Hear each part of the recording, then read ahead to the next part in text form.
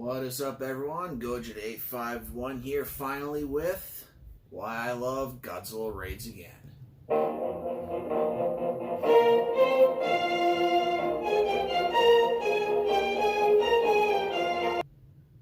Alright, so this movie was made in 1955, shortly after the original Gojira, when it was seen in theaters, and it was a lot more, bigger than what they were expecting. A sequel was immediately greenlit, and what we got a few months later was Godzilla Raids Again.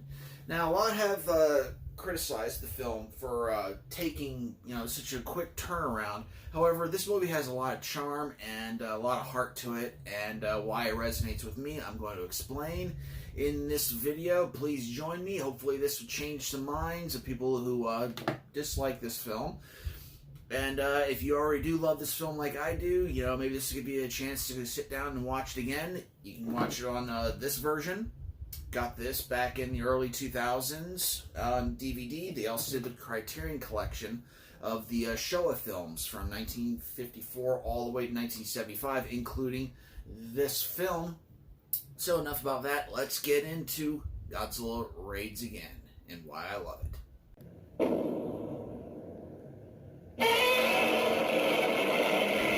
So our story begins with meeting our main characters, Skyoka and Kobayashi. And they are fish spotters. What does that mean? Well, they go out in planes and they actually find schools of fish for fishermen to go by and collect. And that shows one of the first things I really like about this film.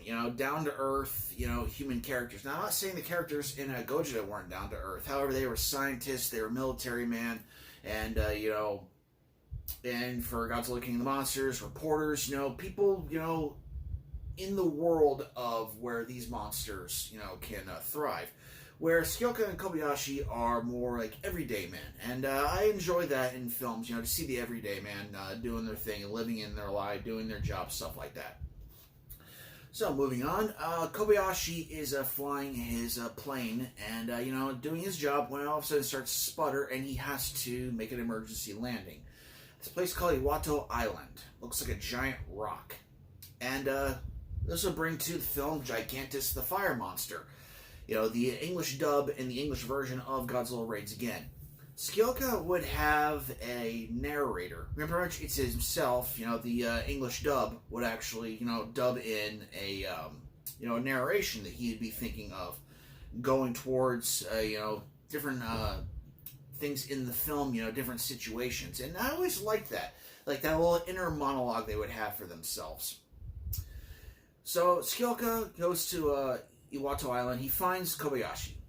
They're sitting around a fire. Kobayashi hurts his arm. His plane is just not working anymore. So they're just hanging out for a little bit. All of a sudden they start to hear a rumble. What's that rumble? This guy. The Gyakushu Goji. Designed by Akira Watanabe Teizo Toshimitsu, this Godzilla is much thinner than its predecessor, the Shodai Godzilla, from the film Gojira. Now, being much thinner, it is able to move around a lot easier, and is much easier to manipulate by suit actor Haruo Nakajima.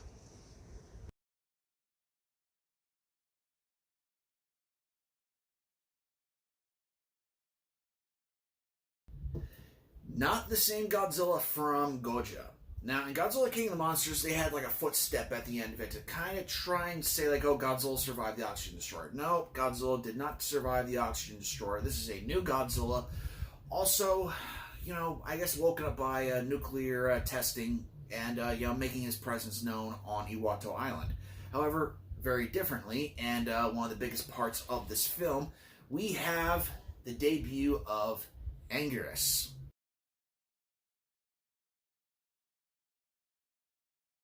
An ankylosaur, also known as Anguirus, battling with Godzilla, showing a huge battle sequence, that we would come to see in later Godzilla films. This is the first one for, Godzilla to be a part of. The two battle on this island, and, yes, it does look a little awkward way how it's filmed, because sometimes the film actually speeds up at certain parts. That was an accident during post-production, not post-production, but during production. The way it was filmed, it just wasn't filmed correctly. However, if you look past that and watch these two monsters, begin their fight, and the way how the lighting is, it looks like they're almost in another world fighting each other on this island. The two of them topple over the side, go into the ocean, lots of bubbling foam. The heroes, Kyoka and Kobayashi, making their escape back to Osaka. They go to Osaka and they begin speaking with, their, I believe it's a police headquarters. It's a big building in Osaka. They actually start speaking with different scientists of what they saw. And they're actually looking at paleontology books and looking at pictures and stuff.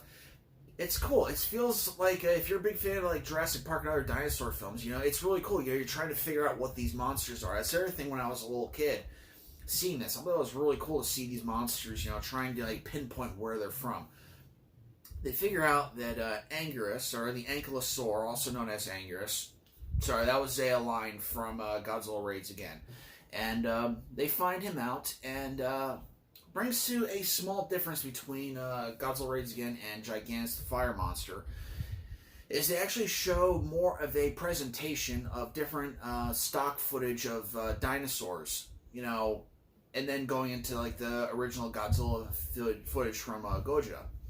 I thought that was really cool as well. It helped the movie stand out a lot. But what really makes this scene stand out was the continuity, and they brought back Dr. Yamani from, Godzilla.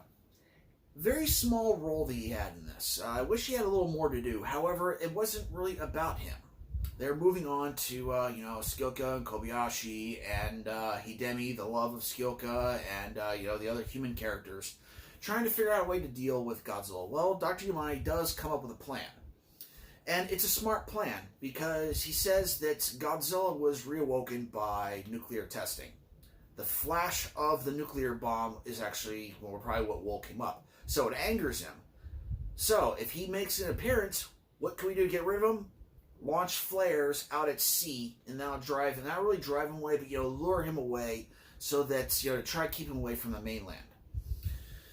And also keep up with continuity, they moved from Tokyo to Osaka as the big scenes for the monsters, but we'll get into that.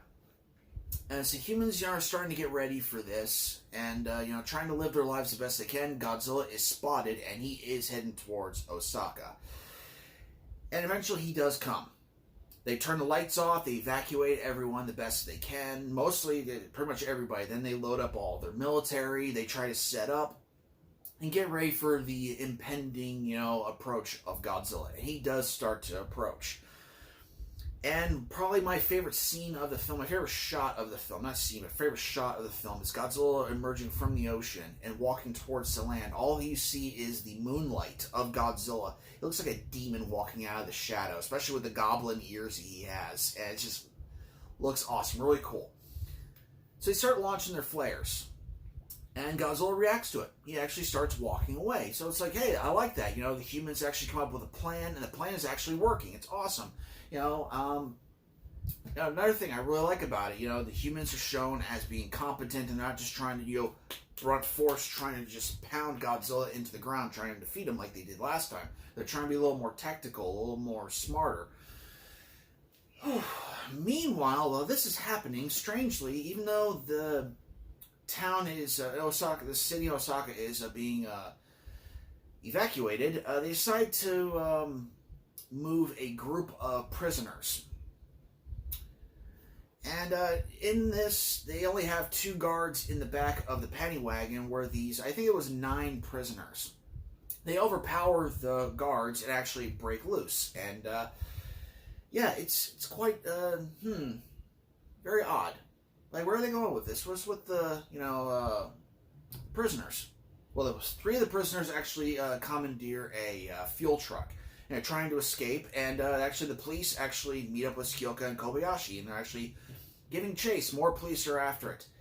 Well, prisoners lose control of the truck, and it actually crashes into, I suppose it's an oil refinery or a gasoline station. I don't know. It explodes and creates a massive ball of fire. What does that do? Well, that is in the continuity of the film that actually makes Godzilla turn his head and see it and actually want to come back to land. It's like, oh, crap. He starts coming back to land. So, like, okay, well, the plan's over, so they all start firing at Godzilla. Nothing's working. Everything's bouncing off of him, just like he was in Godzilla. It's really cool. Nobody notices that Anguirus has arrived, except for Godzilla. And that leads to another one of my favorite scenes. Godzilla stops moving, and he just slowly turns. And he looks at Anguirus. Anguirus looks right at Godzilla. These two in the dark are staring at each other. Missiles are whizzing by their head. You think that, one would react. They're not reacting to nothing. They're just fixated on each other. And then their battle begins again. These two begin fighting again. And top-notch work that they did on the miniatures and the sets in this city. All the buildings, they look like real buildings. They fall apart like real buildings. It looks amazing the way how these monsters are battling into each other.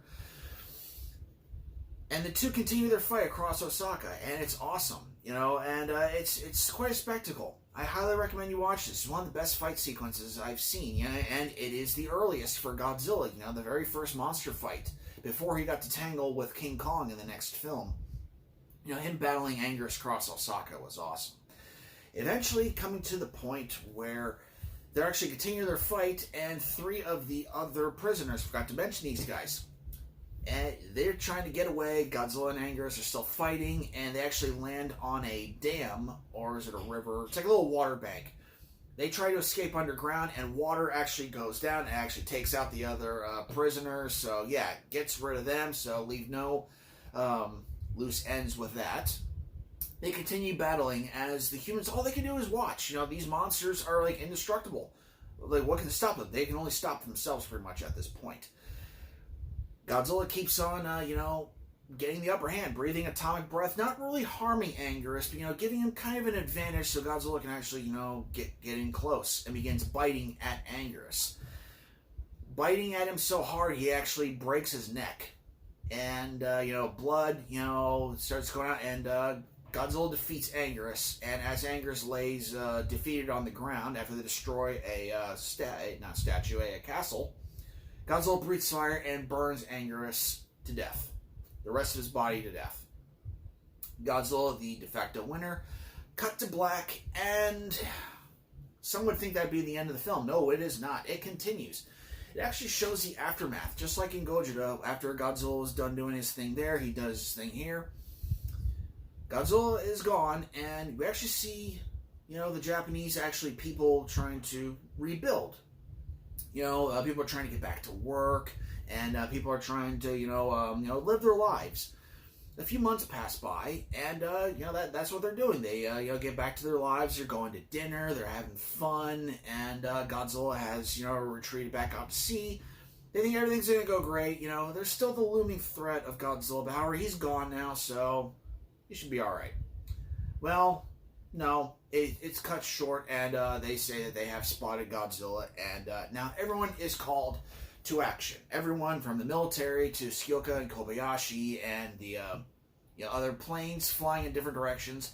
The thing I really like about all of everyone coming together to find Godzilla. So they're out.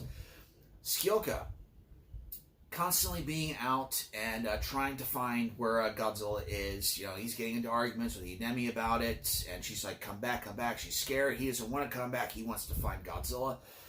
Eventually, he does spot Godzilla outside his window swimming.